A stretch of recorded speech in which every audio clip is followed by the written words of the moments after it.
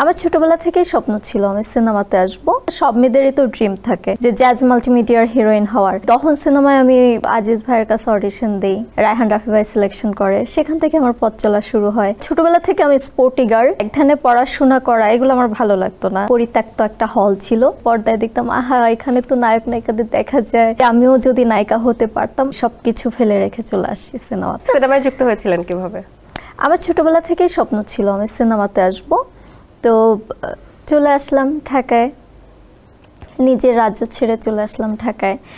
তারপর থিয়েটার করলাম, নাটকে কাজ করলাম, ছোট ছোট নাটকে কাজ করেছি এবং জ্যাজ মাল্টিমিডিয়া চলে আসলাম, যেটা আসলে ড্রিম ছিল যে জ্যাজের সিনেমা করব, জ্যাজের হিরোইন হব। একটা আছে সব মেয়েদেরই তো ড্রিম থাকে যে জ্যাজ মাল্টিমিডিয়ার হিরোইন হওয়ার।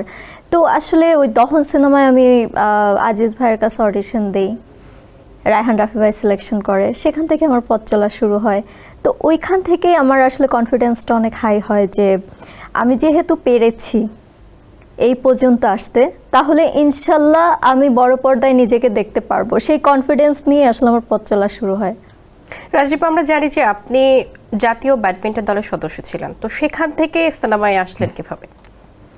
ব্যাডমিন্টনটা হচ্ছে ছোটবেলা থেকে আমি স্পোর্টি গার্ল, আমি সাংস্কৃতিক অঙ্গনে ছিলাম, স্পোর্টসে ছিলাম। আমার পছন্দ ছিল যে একটা আছে না একধানে পড়াশোনা করা, এগুলো আমার ভালো লাগতো না। আমি হচ্ছে কোথায় খেলাধুলা হবে, কোথায় নাচ গান হবে, আমি দৌড়ে দৌড়ে চলে যেতাম। তো আমার বাবা আসলে পছন্দ করতেন না, বাট আমার বাবা নিজেও ব্যাডমিন্টন প্লেয়ার। তো বাবার খেলা দেখে আসলে আমিও বাবার সাথে মাঠে চলে যেতাম ব্যাডমিন্টন খেলার জন্য। তো ওইখানে বসে, তবে একটা মজার ব্যাপার কি আজকে আমি এখানে বলি, আমার আব্বু যেখানে ব্যাডমিন্টনটা খেলতো সেটা একটা হলের মধ্যে ছিল, একটা পরিত্যক্ত একটা হল ছিল। তো ওই হলের মধ্যে আসলে খেলা হতো। আমি সবসময় যে বড় পর্দাটা দেখতাম, স্বপ্ন তো ছোটবেলা থেকেই সিনেমার হিরোইন হব। তো ওই পর্দা দেখতাম, আমি খেলতে যেতাম, ব্যাডমিন্টন খেলতাম আব্বুর সাথে, আর ওই পর্দায় দেখতাম আহা এখানে তো নায়ক নায়িকাদের দেখা যায়, আমিও যদি নায়িকা হতে পারতাম। এই আসলে এরকম একটা অনেক মজার ব্যাপার ঘটনা ছিল। তো আব্বুর আসলে হোপ ছিল যে আমাকে ব্যাডমিন্টন প্লেয়ার বানাবে। তো সেখানে আসলে ব্যাডমিন্টন জাতীয় ন্যাশনাল পর্যায়ে খেলা হয়, বাট ফাইনালি আমি না ওইখানে মন বসাতে পারিনি, আমি চলে আসি, সব কিছু ফেলে রেখে চলে আসি সিনেমাতে। ছোটবেলা থেকে হয়তো একটু চিন্তা ছিল যে নায়িকা হব, ওইটাই আসলে টেনেছে, ওই ইচ্ছা থেকে এখানে আসা। এই জন্য হয় কি অনেক কিছু পেয়েও কিন্তু আমি হারিয়েছি, আমার ভালো লাগেনি কোনো কিছু করতে।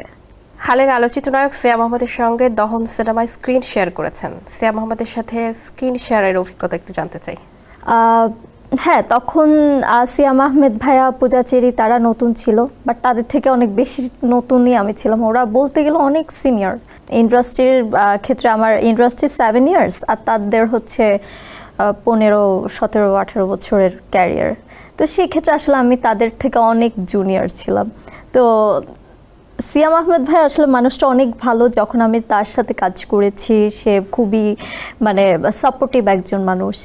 একজন নতুন একটা মেয়ে যখন ইন্ডাস্ট্রিতে এসেছিল, তো সেই জায়গা থেকে সে অনেকটা সাপোর্ট দিয়েছিল অভিনয়ের ক্ষেত্রে এবং অনেক প্রশংসা করত এবং কনফিডেন্স বাড়াতো যে না তোমাকে দিয়ে সম্ভব, তুমি ভালোভাবে কাজ করো, তোমার অ্যাক্টিং সুন্দর।